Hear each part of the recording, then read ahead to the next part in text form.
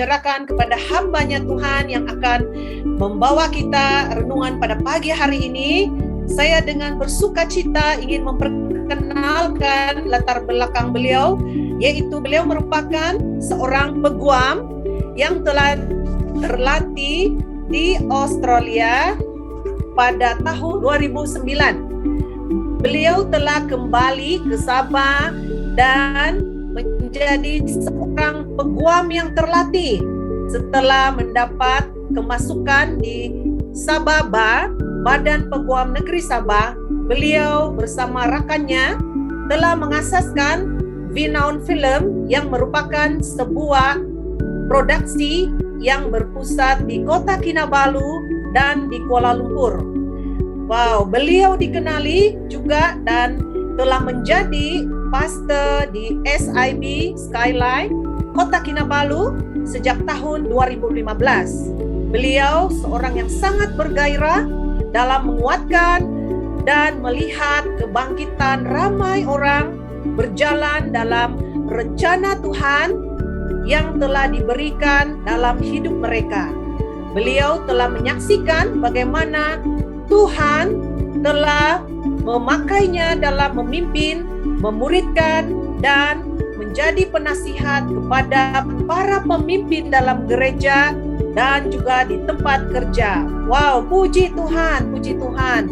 Di atas kesetiaan beliau, dia dapat bersama kita pada hari ini untuk mengongsikan berkat firman Tuhan yang pasti memberkati kita semua. Haleluya. Dengan itu saya menjemput hambanya Tuhan yang dipakai Tuhan luar biasa ini, yaitu Pastor Rachel Ungkili. Dipersilakan Pastor. Selamat pagi, Shalom. Thank you, Cikgu Julita. Ya. Sangat gembira saya dapat lihat muka-muka semua di sini. Sebenarnya hari ini adalah hari yang begitu istimewa bagi saya. Sebab walaupun saya terlatih sebagai seorang peguam dan saya ada satu bisnis dalam produksi media dan saya juga sekarang melayani sebagai seorang pastor, sebenarnya saya dari dulu cita-cita saya itu adalah untuk menjadi seorang cikgu. Jadi waktu umur saya 15 tahun sebenarnya saya mau menjadi seorang cikgu, seorang guru, dan saya sebenarnya mengambil step-step yang tertentu. Dan waktu saya di Australia, saya sebenarnya mula belajar dalam ijazah pendidikan. Tetapi waktu itu macam tidak sesuai lah ijazah itu, plan saya itu, dan akhirnya terjadi pula seorang peguam membuka sebuah bisnis dan melayani sebagai seorang pastor. Tapi dalam hati saya itu tidak pernah lari hati itu untuk menjadi seorang guru, hati untuk mengajar orang-orang, anak-anak muda. Jadi hari ini sangat istimewa bagi saya karena saya dapat berbakti. Saya dapat berbakti, saya dapat melayani, saya dapat bersama-sama ramai guru-guru. Jadi satu hari yang sangat memberkati dan peluang yang sangat memberkati bagi saya.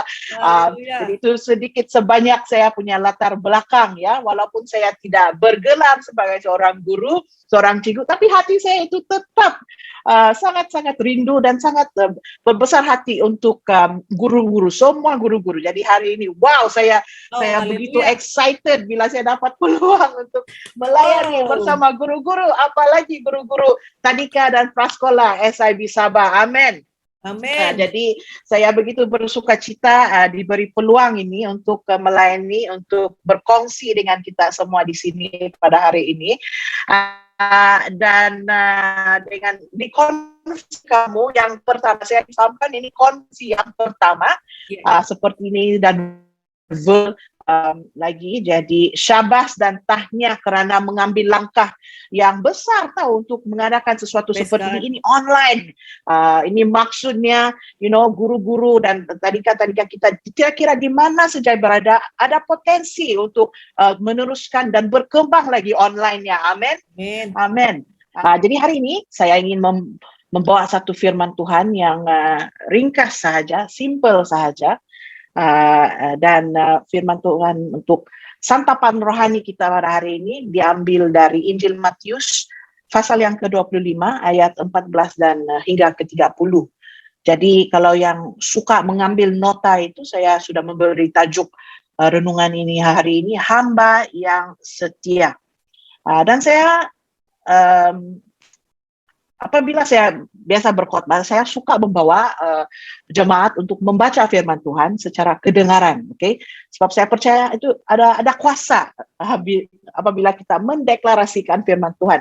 Nah hari ini, kalau kamu ada Alkitab kamu boleh buka kepada petikan firman Tuhan ini, akan juga keluar online. Cuma mungkin kalau menggunakan handphone itu agak kecil sebab banyak sedikit perkataan dia.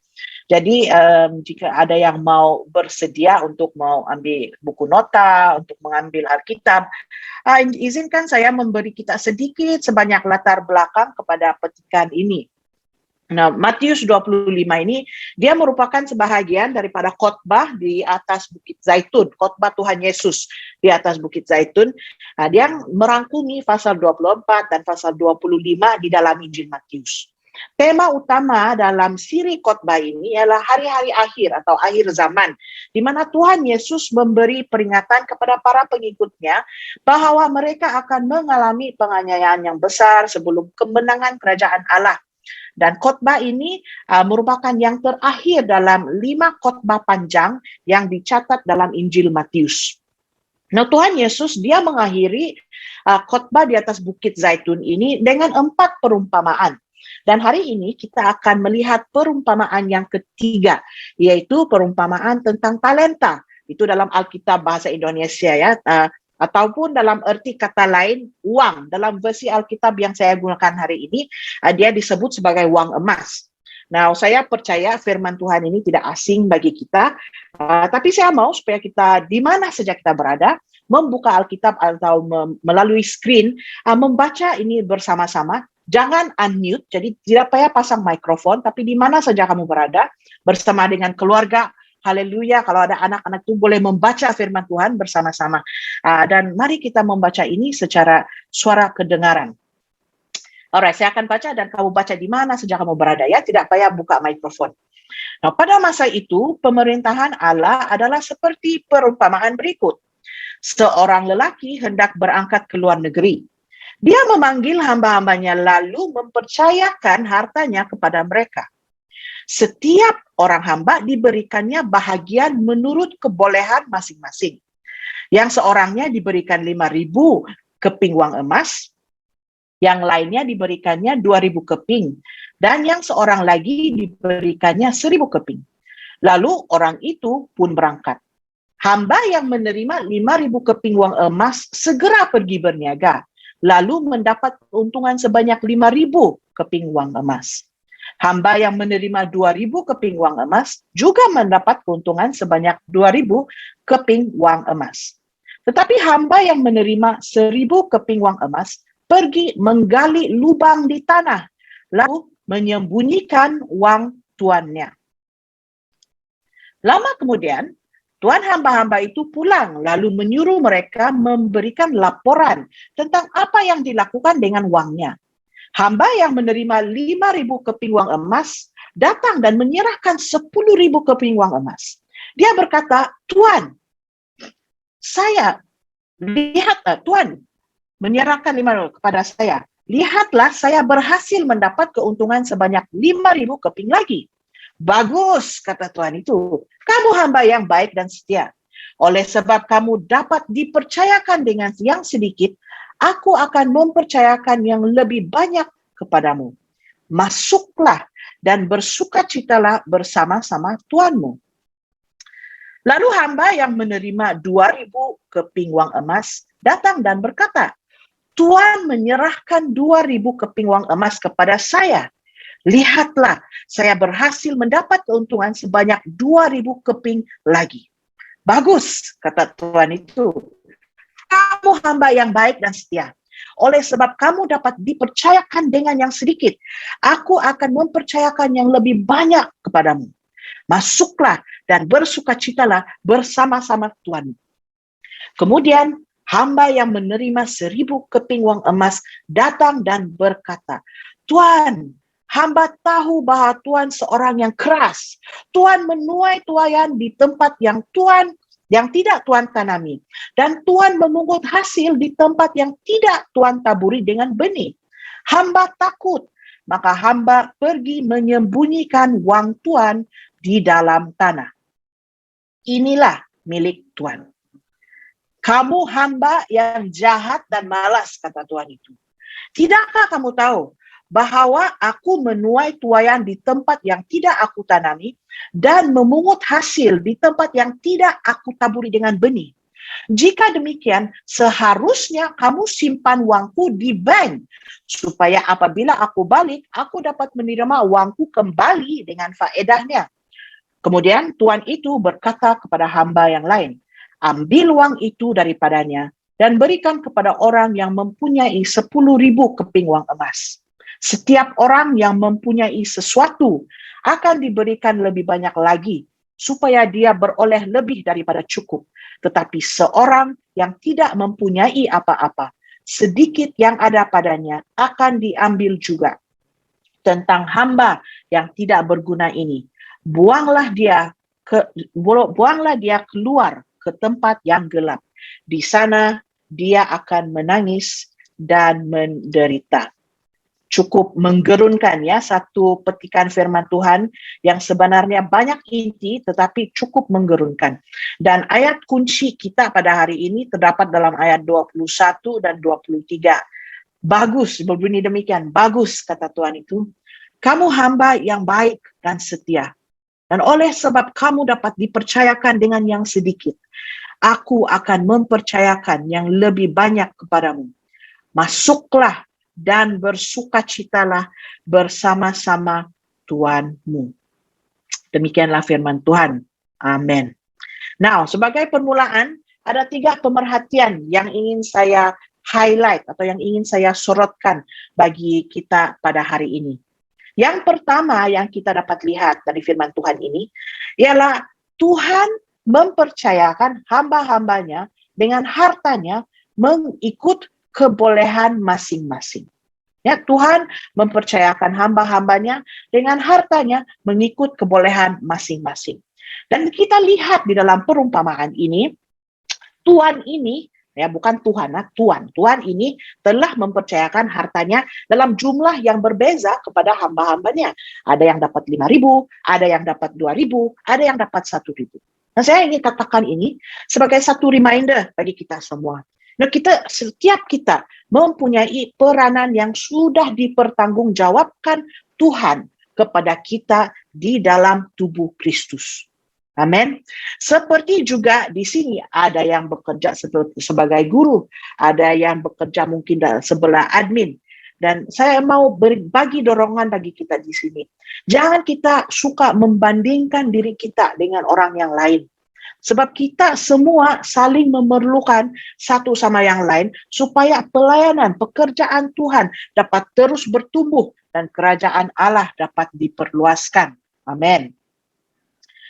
Yang kedua, masih lagi poin yang pertama, Nah, di sini Tuhan Yesus dia menggunakan uang dalam ilustrasi ini, Mungkin sebab uang senang untuk difahami oleh ramai orang, tapi saya mau cadangkan kepada kita bahwa sebagai hamba Kristus, semua yang kita ada pada hari ini sebenarnya adalah kepunyaan Tuhan, adalah milik Tuhan. Tidak semestinya uang sahaja, tetapi semua hal keuangan ataupun hal keluarga, pelayanan kita ataupun pekerjaan kita, maupun persahabatan kita, semua sebenarnya milik Tuhan. Dan kita cuma berfungsi sebagai pengurus, itu pun pengurus sementara sahaja. Jadi sebagai hamba Tuhan, dia memberi kita kepercayaan untuk menguruskan apa yang sudah dia beri kepada kita mengikut kebolehan kita masing-masing. Nah, izinkan saya ajukan satu soalan di sini. Adakah kita sadar yang semua yang kita ada, semua yang kita punya, mau sedikit atau banyak atau apa-apa, tidak kisahlah, tapi semua itu sebenarnya adalah milik Tuhan. Kadang-kadang kita suka katakan seperti, oh ini keluarga saya.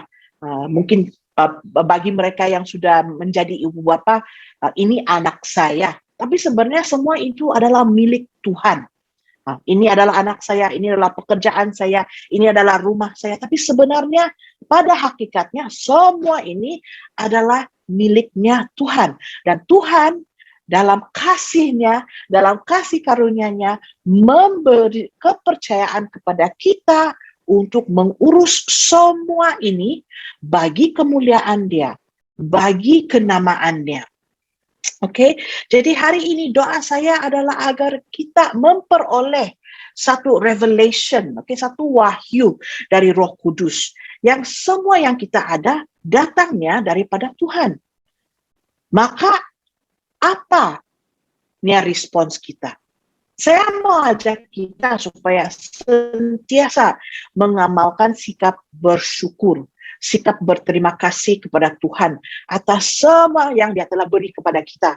Sebab dari situlah, dari ini posture kita panggil dalam bahasa Inggris, dari posture kesyukuran, posture gratitude, disitulah kita dapat dorongan, kita mendapat inspirasi, kita mendapat ilham untuk terus menjadi pengurus yang baik untuk kemuliaan Tuhan.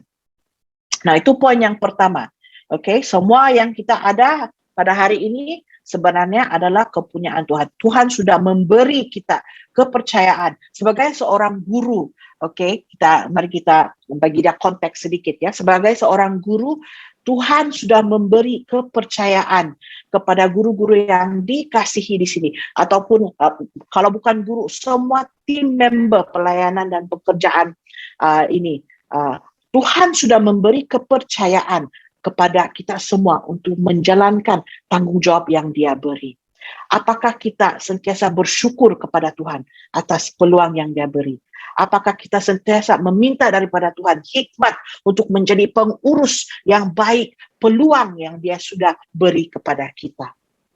Saya ajak kita semua untuk terus terus ada posture sikap bersyukur, sikap berterima kasih kepada Tuhan atas semua yang Dia telah beri kepada kita, termasuknya peluang untuk melayani, peluang untuk bekerja sebagai seorang guru prasekolah dan tadika SIB Sabah, termasuk peluang untuk melayani sebagai team member bagi mereka yang bukan guru. Dan mungkin sekarang pada waktu ini ada yang join kita pada pagi ini yang bukan guru atau bukan team member tapi ahli-ahli keluarga. Tahukah Anda bahwa jika Anda seorang anak, Anda juga diberikan kepercayaan untuk menjadi anak yang baik kepada ibu bapa kita. Amin. Jadi apa saja yang kita ada, semuanya datangnya dari Tuhan. Ayo kita bersyukur, kita mengucapkan kesyukuran, terima kasih kita kepada Tuhan atas semua yang Dia sudah beri kepada kita. Nah, ini pemerhatian yang kedua.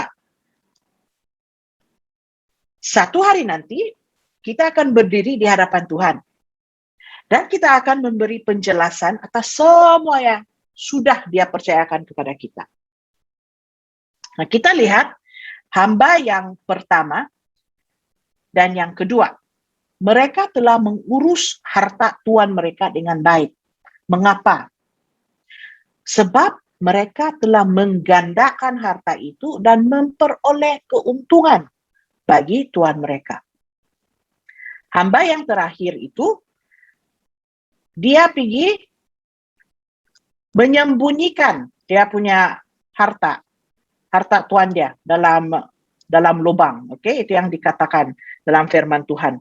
Dalam arti lain, Tuhan dia sudah bagi dia punya harta, dipercayakan kepada dia, tapi hamba yang ketiga ini, apa dia buat? Dia pergi kasih lubang. Dia kasih kubur dalam tanah. Ya, dia pergi gali satu lubang, di sanalah dia simpan itu 1.000 keping uang emas tuan dia. Dan mungkin ada yang berpikir bahwa, wah sekurang-kurangnya selamat baik itu harta tuan dia. Sekurang-kurangnya tidak akan pergi kemana-mana. Tapi saya mau cabar pendapat itu ya pagi ini, dan saya akan katakan ini mungkin rasanya sedikit keras, tapi hamba yang ketiga ini sebaliknya mendatangkan kerugian kepada tuannya. Oke? Kenapa? Sebab inflasi. Oke? Atau sebab inflasi. Yang dikubur 1.000 keping uang emas. Dan memang benar, tidak akan ada apa-apa yang akan terjadi kepada kepingan-kepingan uang emas itu karena sudah dikubur, sudah dikasih lubang di dalam tanah. Oke? Tetapi tuan ini dia pergi untuk waktu yang cukup lama dan hanya balik, firman Tuhan katakan, lama kemudian. Nah, inflasi adalah seperti ini. Dulu waktu saya kecil, ibu bapak saya selalu katakan kepada saya, waktu mereka pergi sekolah, duit 5 sen itu sangat banyak. Oke? Banyak sudah yang boleh dibeli dengan duit 5 sen. Itu gula-gula Hex, oke? Saya rasa kita masih makan gula-gula Hex sampai hari ini. Hex itu dulu 1 sen boleh beli 10 biji. Nah, bila waktu saya pergi sekolah, saya biasa diberi 50 sen satu hari untuk belanja makan di sekolah. 50 sen saya itu, puji Tuhan, bolehlah beli mie sup dengan fishball 3 biji. Oke, itu waktu saya sekolah. Tapi hari ini kalau kita pergi kedai makan, kedai kopi, macam itu 50 sen boleh beli air suam sejak sekarang. Itulah maknanya inflasi. Oke, hamba yang dipercayakan dengan 1.000 keping uang emas, oke, waktu diberinya itu 1.000, tapi mungkin sewaktu tuan dia balik, nilai 1.000 itu bukan lagi 1.000, sudah mungkin 800 atau 500 saja nilainya. Jadi dalam arti kata lain, hamba yang ketiga ini mendatangkan kerugian kepada tuannya. Nah, ada sesuatu yang menarik di sini ya. Si hamba yang ketiga ini, dia mengatakan yang dia berbuat demikian sebab dia takut tuan dia. Oke? Dia takut tuan dia. Dia mengatakan tuan dia adalah orang yang keras.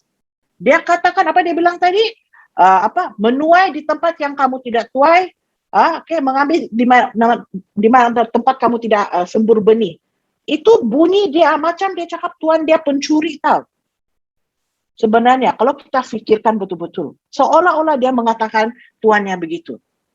Nah, coba kita berpikir sebentar.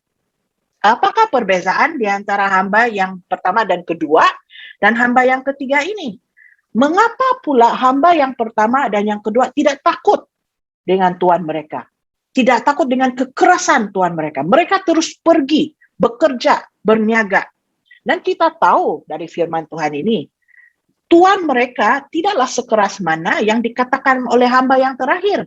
Sebab tuan ini memberi hamba yang pertama dan yang kedua ganjaran yang cukup hebat. Ya.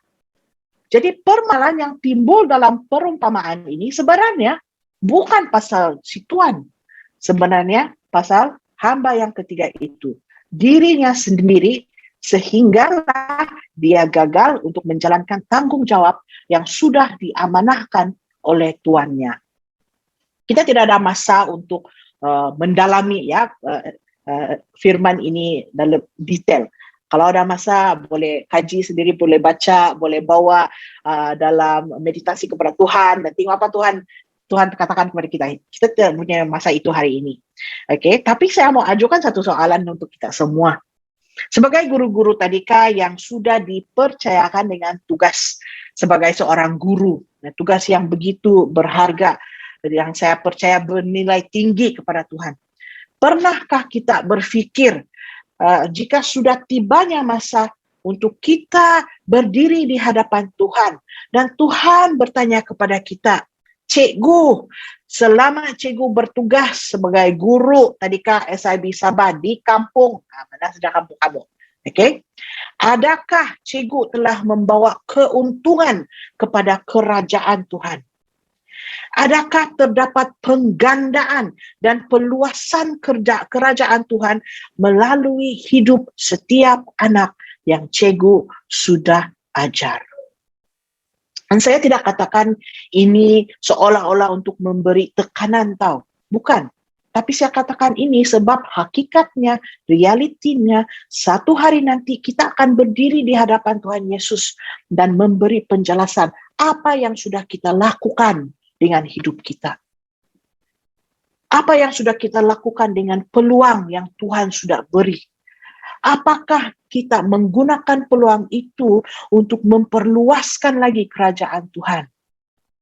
Apakah kita menggunakan peluang yang sudah diberi kepada Tuhan kepada kita untuk mendatangkan keuntungan atau penggandaan di dalam kerajaan Tuhan?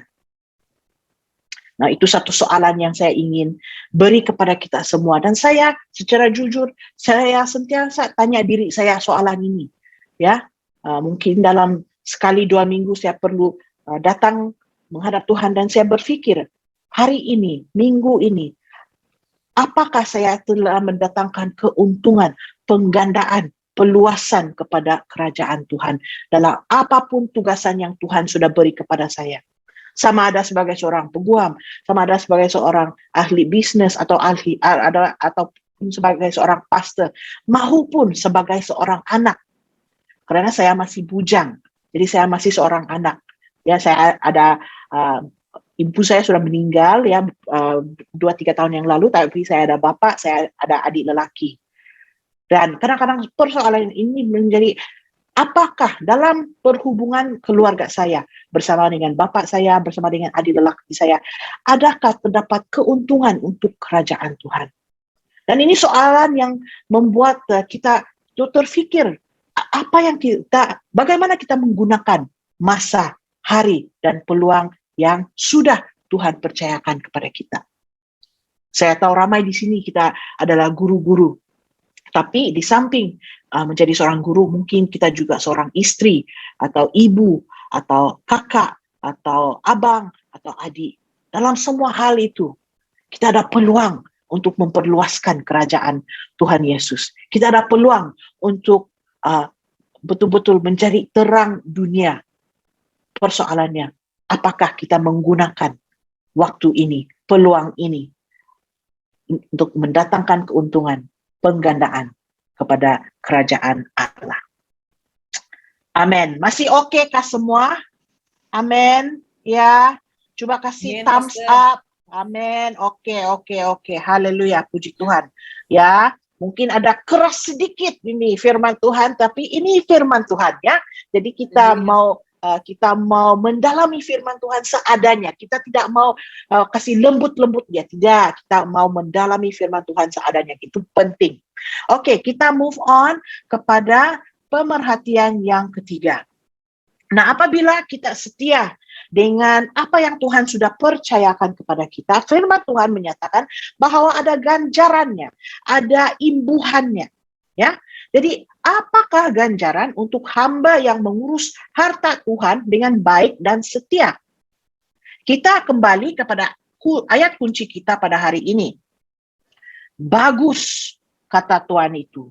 Kamu hamba yang baik dan setia. Wow, kita semua mau dengar perkataan ini, tahu bila kita berhadapan dengan Tuhan Yesus satu hari nanti, inilah yang kita mau dengar. Kamu hamba yang baik dan setia. Oleh sebab kamu dapat dipercayakan dengan sedikit, aku akan mempercayakan yang lebih banyak kepadamu. Masuklah dan bersukacitalah bersama-sama Tuhanmu. Kita lihat di sini ada 2 ganjaran yang kita boleh perhatikannya. Yang pertama adalah ini. Tuhan akan mempercayakan yang lebih banyak kepada kita. Apabila kita boleh dipercayakan dengan yang sedikit, Tuhan akan mempercayakan yang lebih banyak kepada kita. Dan saya ingin katakan ini sebagai suatu ungkapan profetik untuk guru-guru prasekolah dan tadika SIB Sabah. Saya ingin katakan ini, there is more for you. There is more for you. Tuhan ada lebih banyak di masa depannya berbanding dengan apa yang kita ada sekarang. There is more for you. Ada lebih banyak yang Tuhan sudah sediakan. Saya percaya untuk semua guru-guru prasekolah, untuk semua tadika SIB Sabah, saya percaya there is more. Ya, dan Tuhan ingin memperingati kita semua yang banyak lagi. Dia ingin kerjakan melalui pekerjaan dan pelayanan prasekolah dan tadika SIB Sabah. Katakan amin. Siapa tahu apa yang ada di masa hadapan untuk pelayanan ini. Tapi saya percaya Tuhan ingin memperluaskan lagi kerajaannya melalui pelayanan prasekolah dan tadika di seluruh negeri Sabah. Bilangan murid yang bertambah, prasekolah dan tadika yang bertambah, guru-guru juga yang bertambah. Bahkan suatu hari nanti ya kita impikan prasekolah dan tadika SIB Sabah menjadi pilihan utama bukan sahaja untuk umat SIB tapi untuk orang-orang lain. Mengapa? Karena orang lain dapat lihat sesuatu yang berbeza dalam anak-anak hasil prasekolah dan tadika SIB. Ada kualiti yang tinggi dari segi pencapaian keseluruhan, akademik, sukan, komunikasi, kerohanian. Anak-anak kecil yang menyerlah untuk memuliakan nama Tuhan, untuk menjadi terang dunia seperti dalam Matius 5:14, bagaikan cahaya bagi dunia. Karena kota yang terletak di atas bukit tidak dapat disembunyikan. Dan mungkin di sini guru-guru melayani bekerja sebagai guru di berbagai tempat di seluruh Sabah. Mari kita imani, mari kita percaya yang setiap tadika, setiap prasekolah ini benar-benar akan menjadi cahaya bagi community kamu di mana saja kamu berada di negeri kita. Karena firman Tuhan mengatakan, kota yang terletak di atas bukit tidak dapat disembunyikan. Saudara-saudari sekalian, inilah ganjarannya apabila kita boleh dipercayakan dengan sedikit, Tuhan akan mempercayakan yang lebih banyak kepada kita. Jadi saya mau dorong kita untuk membuka minda dan pikiran kita. Tuhan adalah sangat besar. Sangat besar, melebihi apa yang kita boleh imajinasikan. Dan mungkin kita boleh rasa kadang-kadang bekerja ini di kampung-kampung yang terutama yang jauh, yang internetnya susah, yang macam-macam masalah dia. Kita perlu berpegang kepada Tuhan yang lebih besar dari semua itu. Kita perlu berpegang kepada Tuhan yang dapat mengerjakan sesuatu yang ajaib, oke? Walaupun terdapat banyak kerumitan atau banyak limitation katanya. Kita harus lihat yang kita mempunyai Tuhan yang begitu besar. Tuhan yang menyediakan sesuatu yang lebih besar untuk pelayanan ini. Bukan untuk kita. Ya, kita cuma hamba. Kita cuma melakukan apa yang dia katakan.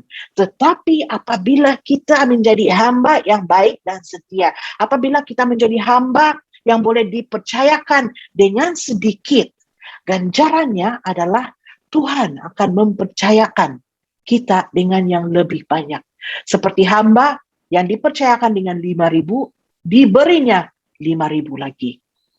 Diberinya kepercayaan untuk mengurus lebih lagi, ya. Ya, begitu. Jadi itu yang pertama, saya ingin katakan sebagai dorongan kepada guru-guru semua, ahli-ahli lembaga, I believe there is more for you. I believe there is more untuk prasekolah dan tadika SIB Sabah.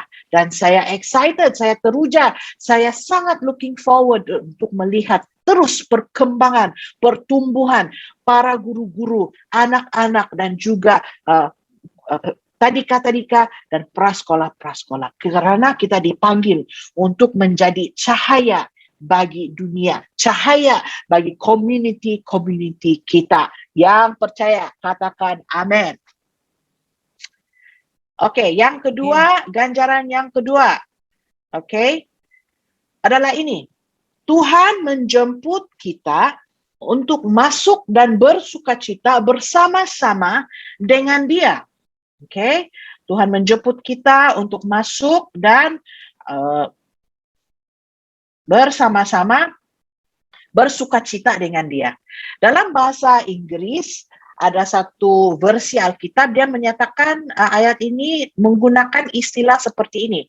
Come and share, okay, in your master's happiness. Okay. Now, jika kita buat sedikit penyelidikan atau kita mendalami lagi sedikit dalam bahasa Yunani, jemputan Tuhan kepada hamba yang setia, kepada hamba yang baik dan setia, bukan setakat untuk bersukacita bersama-sama sahaja. Artinya, dia bukan untuk sekadar happy together. Dia bukan setakat emosi atau perasaan seronok atau perasaan sukacita, memang ada semua itu. Tetapi dalam bahasa Yunani, ayat ini membawa arti to experience, okay, the result of God's eternal blessing. Ya, ini jauh lebih banyak, jauh lebih besar daripada sekadar bersukacita bersama-sama. Sebaliknya, kita dijemput untuk mengalami. Kita dijemput untuk mendalami segala berkat-berkat Tuhan. Dan itulah ganjaran yang kedua bagi hamba-hamba yang baik dan setia. Yang pertama, kita katakan tadi, adalah dipercayakan dengan lebih banyak. Tetapi yang kedua, dan saya rasa lebih sangat-sangat bermakna bagi saya, adalah Tuhan menjemput kita untuk mengalami berkat-berkat Dia. Tuhan menjemput kita untuk mendalami semua berkat-berkat yang ada di dalam Dia. Nah, mungkin ada yang bertanya pada pagi ini, nah, bagaimana saya boleh terus bertumbuh untuk menjadi hamba yang baik dan setia? Dan saya ingin kongsikan sedikit daripada hidup Raja Daud untuk memberi gambaran artinya menjadi hamba yang baik dan setia. Dan saya tahu sebagai guru-guru sekolah, prasekolah, guru-guru tadika, saya rasa ramai juga di sini adalah guru-guru sekolah minggu. Fun fact ya, Puan Rumba dulu tuh saya biasa panggil Anti Rumba sebab dia dulu saya punya guru sekolah minggu. Saya itu dulu lah, oke. Kira tua-tua sudah nih, oke. Tapi mungkin ada yang bertanya pada pagi ini, bagaimana saya boleh terus bertumbuh menjadi hamba yang baik dan setia? Dan saya rasa kisah hidup Daud atau Raja Daud, memang semua kita di sini kita tahu. Oke, sebab saya tahu ini adalah cerita yang sangat populer, cerita yang favorite anak-anak dalam sekolah minggu karena dia sangat dramatis, oke, dia sangat dramatik, banyak yang terjadi. Wow, dia punya gambaran semua macam-macam, ada peperangan lah, ada inilah, ada itu. Jadi saya mau gunakan cerita ini, oke, untuk kita lihat ilustrasinya bagaimana menjadi hamba yang baik dan setia. Oke. Daud kita tahu dia anak muda dan dia begitu berani. Saya buat rumusan saja ya, sebab saya tahu masa juga singkat. Tapi Daud dia anak muda yang begitu berani. Dia berhadapan dengan Goliat yang berbadan besar, Goliat yang suka menggunakan taktik intimidasi, Goliat yang pembuli, oke. Dan di tengah-tengah askar Filistin dan askar orang-orang Israel dan Yehuda, Daud dengan beraninya berjalan masuk ke lembah Elah dan di sana dia membunuh Goliat dengan ali-ali dan sebiji batu. Oke, saya mau berterus terang sebab saya sudah lama berbakti dalam gereja bahasa Inggris. Jadi saya ikut sejak apa yang dikatakan dalam Alkitab bahasa Malaysia. Oke, dia panggil ini ali-ali. Jadi saya harap itu betul. Amin. Oke.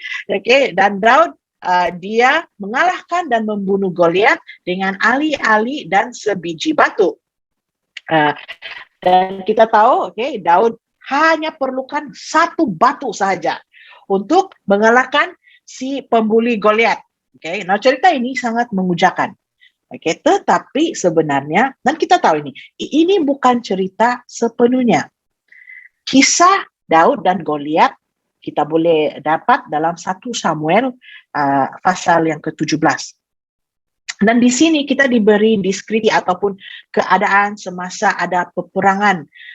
Goliat dia 10 kaki tinggi, okay? Dia sangat menakutkan, orang semua takut dengan dia, macam gergasi, okay?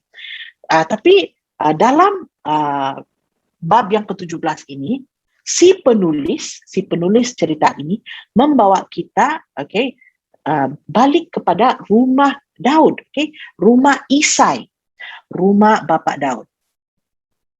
Dan kita lihat, ya, Isai dan Daud tidak berada di tapak peperangan. Mungkin Isai terlalu tua dan Daud pula terlalu muda. Dan mungkin Daud juga diperlukan oleh bapaknya untuk menjaga domba, untuk membantu dengan tugas-tugas lain yang di rumah atau di kebun. Now, walau bagaimanapun, Isai dia mau memberi sokongan kepada usaha Israel dan Yehuda dalam peperangan ini, dan dia juga mau tahu kabar anak-anak dia yang lain yang berada di tapak peperangan. Jadi, Isai berkata sedemikian kepada Daud. Dia katakan, bawalah 10 kilogram, berat itu 1 pek nasi, ya. Bawalah 10 kilogram biji-bijian yang dipanggang dan 10 buku roti. Lalu hantarlah semuanya kepada abang-abangmu di perkemahan tentera. Bawalah juga 10 buah keju bagi komandan pasukan. Tanyakanlah bagaimana keadaan abang-abangmu. Bawalah sesuatu untuk membuktikan bahwa engkau sudah berjumpa dengan mereka dan mereka dalam keadaan yang selamat. Oke, nah kita harus ingat bahwa perkataan-perkataan ini Isai ungkapkan kepada anak lelakinya, anak lelaki bungsunya Daud. Oke, dan ini adalah 1 Samuel bab yang ke-17.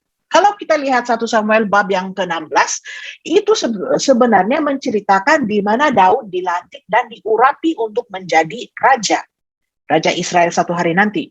Nah, walaupun nubuatan ini belum menjadi realiti dalam kehidupan Daud, Daud itu sebenarnya memang sudah bakal menjadi Raja Israel. Jadi, Isai ini dia menyuruh anak bungsunya yang sudah dilantik dan diurapi untuk menjadi Raja Israel, dia menyuruh dia untuk menghantar roti dan keju kepada mereka di perkemahan tentera. Oke? Hantar roti, hantar biji-bijian, hantar keju. Oke? Ini Daud seumpamanya abang Grab atau abang Food Panda yang menghantar makanan. Seumpamanya itu. Dan mungkin kita boleh menggunakan imajinasi kita sedikit pada pagi ini. Cukup senang juga bagi saya untuk mengandaikan Daud mungkin berkata kepada Isai, saya ini bakal Raja Israel. Dan Bapak mau saya pasang sign Grab atas keldai saya dan hantar sandwich kepada abang-abang saya. Itu bukan kerja seorang raja. Tapi kita tahu, Daud tidak berbuat demikian, Daud tidak bereaksi sedemikian. Dia buat apa yang disuruh oleh bapaknya. Dan dia dengan taat menghantar roti dan keju kepada abang-abangnya. Saya ini kalau ingat roti dengan keju, ingatlah sandwich. Jadi saya bagilah kamu gambar sandwich. Sorry kalau yang belum sarapan, nanti boleh makanlah lunchtime. Kalau ada roti, ada keju di rumah, bolehlah ingat 1 Samuel pasal 17. Okay? Setiap kali kamu makan sandwich keju, itulah kamu harus ingat cerita Daud dan Goliat. Okay? Now, Daud dia taat kepada apa yang disuruh bapaknya. Dia menghantar roti itu, dia menghantar keju itu ke tapak ke medan perang, dan dia pergi cari abang-abang dia. Dan dia masuk terus ke dalam medan perang, di mana tidak lama lagi dia akan bersemuka dengan Goliat. Oke, dia masuk terus ke tempat itu. Nah, mari kita berpikir sebentar. Sekiranya Daud tidak ikut cakap bapak dia, sekiranya Daud tidak menghantar makanan kepada abang-abangnya, sekiranya Daud berpikir bahwa tugas ini menghantar makanan ini tidak setara dengan saya yang sudah diurapi, sudah dilantik menjadi raja, sekiranya Daud mempertahankan hak-hak dia dan menolak arahan bapaknya untuk melayani abangnya, maka Daud tidak akan berpeluang untuk berjumpa dengan Goliat. Tugas yang boleh dikatakan remeh, tugas yang kecil, tugas menghantar makanan itulah yang membawa Daud ke satu detik yang begitu penting. Kita perhatikan juga bagaimana Daud mengalahkan Goliat. Memang kita tahu dan kita suka betul ini ayat, sebab ungkapan Daud penuh dengan keberanian. Dia berkata begini, "Engkau datang melawan aku dengan pedang, tombak, dan lembing. Tetapi aku datang melawan engkau demi nama Tuhan yang Maha Kuasa, Allah tentera Israel yang engkau hina itu." Nah, coba berpikir seketika dengan saya pada pagi ini. Apakah cara untuk Daud mengalahkan Goliat itu hanya melalui satu mujizat atau satu perkara yang luar biasa? Oke? Mungkinkah malaikat Gabriel itu sudah on standby? Dia tunggu Daud untuk umban itu batu, lalu malaikat Gabriel turun, ambil itu batu, kasih masuk di dahi si Goliat. Begitu? Atau adakah satu penjelasan yang lebih logik untuk apa yang terjadi? Mari kita lihat ya, kita ingat kembali kepada pekerjaan Daud sebelum dia dilantik menjadi seorang raja. Dia seorang gembala. Dan dia menghabiskan berjam-jam satu hari menggembalakan dan menjaga domba. Kadang-kadang datang juga perasaan bosan sewaktu menggembala. Seperti dalam setiap pekerjaan di hidup kita ya. Oke, ada masanya ada bosan. Itu saya akui, saya terus terang saja. Ada hari yang kadang-kadang macam begitu perasaan dia. Akan ada hari yang macam itu, ya. Now, Daud, saya percaya ada waktunya dia di luar di padang, dia menjaga domba dia, dan kadang-kadang mungkin domba sudah makan, lepas makan mereka tidur. Apa lagi yang saya boleh buat? Saya percaya Daud ini mengambil masa untuk berlatih. Dia berlatih bagaimana untuk mengawasi dan menyelamatkan domba-domba dia dari pemangsa seperti beruang dan singa. Saya percaya Daud berlatih menggunakan tombak dan ali-ali, dan hari demi hari dia menjadi lebih mahir dalam skill dia. Mungkin pada hari pertama dia buang batu menggunakan ali-ali itu, mungkin hari yang pertama dia punya target itu 10 kaki sejajar jarak dia. Hari-hari dia buang, lama-lama jadi 20 kaki jarak. Hari-hari dia buang. Dia menjadi lebih mahir. Tidak lama sampai sudah 50 kaki. Dia boleh mengumban batu itu dan akan tersasar kepada targetnya dari jarak 50 kaki. Buat hari-hari, berlatih hari-hari, ambil inisiatif. Bapak dia tidak ada di sana untuk mengawasi dia. Kita ingat itu kan? Daud seorang dengan domba-domba dia. Dia tidak ada orang untuk suruh dia, pergi kau berlatih. Tidak ada. Dia sendiri di luar, di padang, dia mengambil inisiatif untuk berlatih, untuk improve diri dia sendiri, untuk meningkatkan lagi prestasi dia. Prestasi apa? Buang batu dengan ali-ali. Tidak lama, dari jarak 100 kaki pun, dia boleh umban batu itu dan terkena kepada sasarannya. Ini saya bagi dorongan. Kadang-kadang kita tidak akan ada orang dekat dengan kita ya untuk hari-hari saya mau dorong kamu, saya mau encourage kamu begini-gini. bukan hari-hari ada begitu orang secara fisikal dekat dengan kita. Ada masanya kita perlu mengambil inisiatif sendiri untuk meningkatkan prestasi diri sendiri, untuk lebih menjadi mahir dalam apa yang Tuhan sudah beri.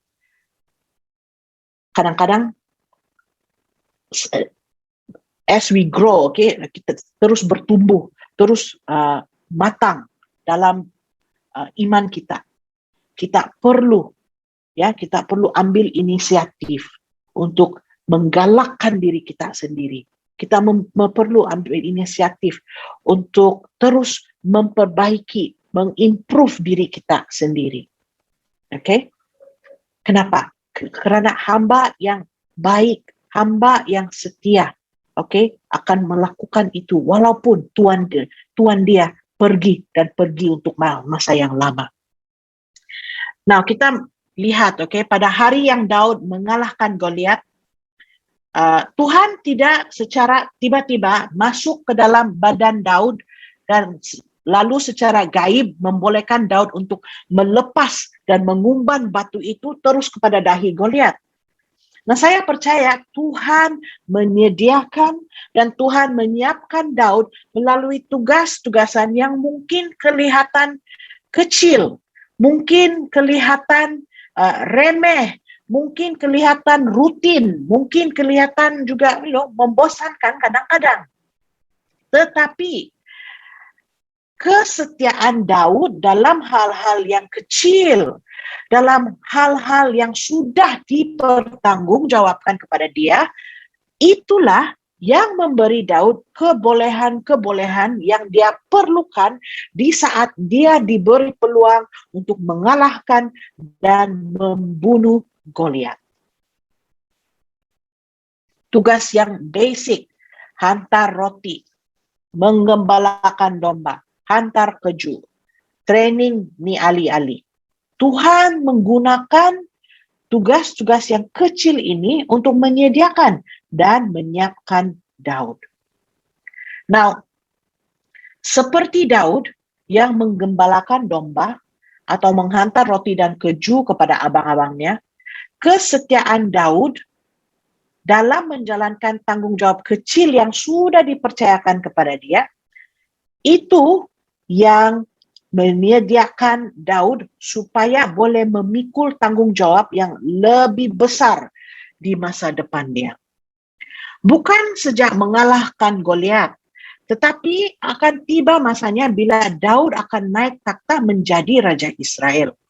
Nah, oleh sebab Daud boleh dipercayakan dengan sedikit, Tuhan mempercayakan dia dengan lebih banyak lagi.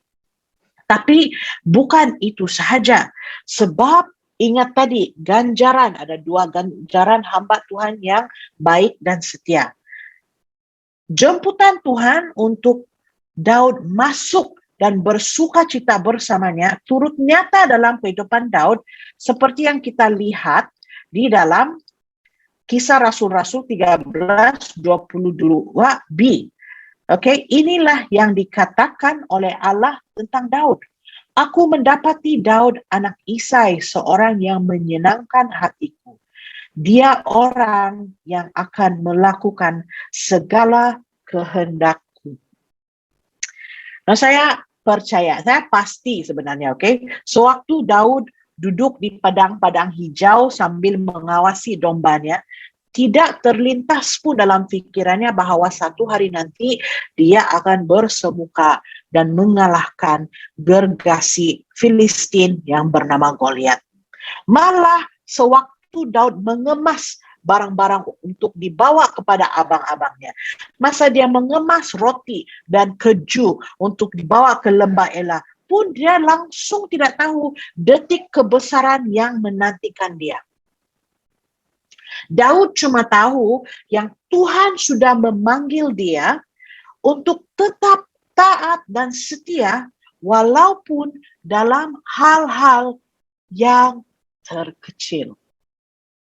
Dan saudara-saudari sekalian, guru-guru yang saya kasihi, yang saya hormati, semua tim member pelayanan Tadika dan Prasekolah SIB Sabah. Saya percaya hari ini Tuhan memanggil kita, Tuhan mengingatkan kita untuk berbuat seperti Daud.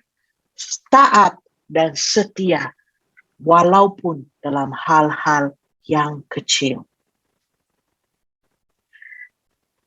Saya berdoa, saya berharap dan message ini menjadi satu dorongan bagi kita semua pada pagi ini. Dan walaupun ini adalah konferensi guru-guru dan memang majoritinya sini adalah guru-guru, tapi saya percaya kita pun mulai sadar yang Tuhan itu memanggil, Tuhan itu mendorong, Tuhan itu mengajar kita menjadi hamba yang baik dan setia dalam setiap hal kehidupan kita, dalam setiap arena kehidupan kita. Tuhan memanggil kita untuk menjadi hamba yang baik dan setia.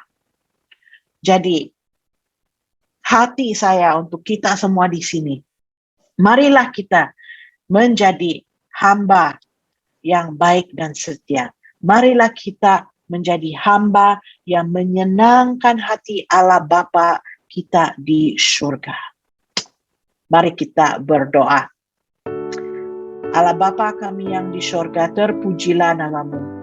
Tuhan, kami ingin bersyukur atas firman-Mu pada hari ini. Dan saya berdoa agar Roh Kudus Engkau terus bekerja dalam kehidupan setiap kami. Supaya kami sentiasa ada kesadaran, ada revelation yang Engkau Tuhan, Engkau yang memanggil kami, Engkau yang beri kepercayaan kepada kami sebagai hamba. Dan Engkau memanggil kami supaya menjadi hamba yang baik dan setia dalam setiap arena kehidupan kami. Tuhan, saya berdoa agar Engkau akan terus bekerja dengan luar biasa, dengan begitu dalam di dalam kehidupan setiap guru dan tim member dalam pelayanan dan pekerjaan guru-guru Tadika dan Prasekolah SIB Sabah. Dan kami bersama-sama mengimani, kami bersama-sama percaya yang ada sesuatu yang begitu indah yang sudah Engkau tetapkan untuk pelayanan ini, untuk membawa kemuliaan kepada nama-Mu, untuk menjadi terang dan cahaya di community mana-mana saja terdapat Prasekolah dan Tadika SIB Sabah. Dan Tuhan, saya berdoa biar hamba-hamba-Mu ini terus melayani, terus bekerja di ladang-Mu dengan hati yang baru, dengan hati yang sudah refresh, dengan hati yang sudah sedia untuk melakukan yang terbaik untuk peluasan kerajaan-Mu, untuk kemuliaan nama-Mu. Dan Tuhan, kami minta semua ini di dalam nama Tuhan Yesus Kristus, Juru Selamat kami, dan yang percaya mengatakan amin. Amin. Amin, amin, amin. Saya kembali kepada cikgu kita, Puan Julita. Ya, terima kasih Pastor Rachel. Wow, mari kita bagi kemuliaan bagi Tuhan. Wow, dahsyat firman Tuhan. Wow, terima kasih Pastor Rachel, hamba Tuhan yang Tuhan pakai untuk menyampaikan message Tuhan yang begitu luar biasa pada pagi hari ini, yang memberi kita kekuatan, semangat. Jadilah hamba yang setia, hamba yang baik dan setia, walaupun dari melakukan perkara-perkara yang kecil, sehingga Tuhan akan mempercayakan kita kepada hal-hal yang besar, seperti Daud yang setia dari pengembala sehingga dia menjadi seorang raja. Wow, kita juga dipakai Tuhan untuk memuliakan nama Tuhan di tempat di mana kita berada. Wow, puji Tuhan, haleluya.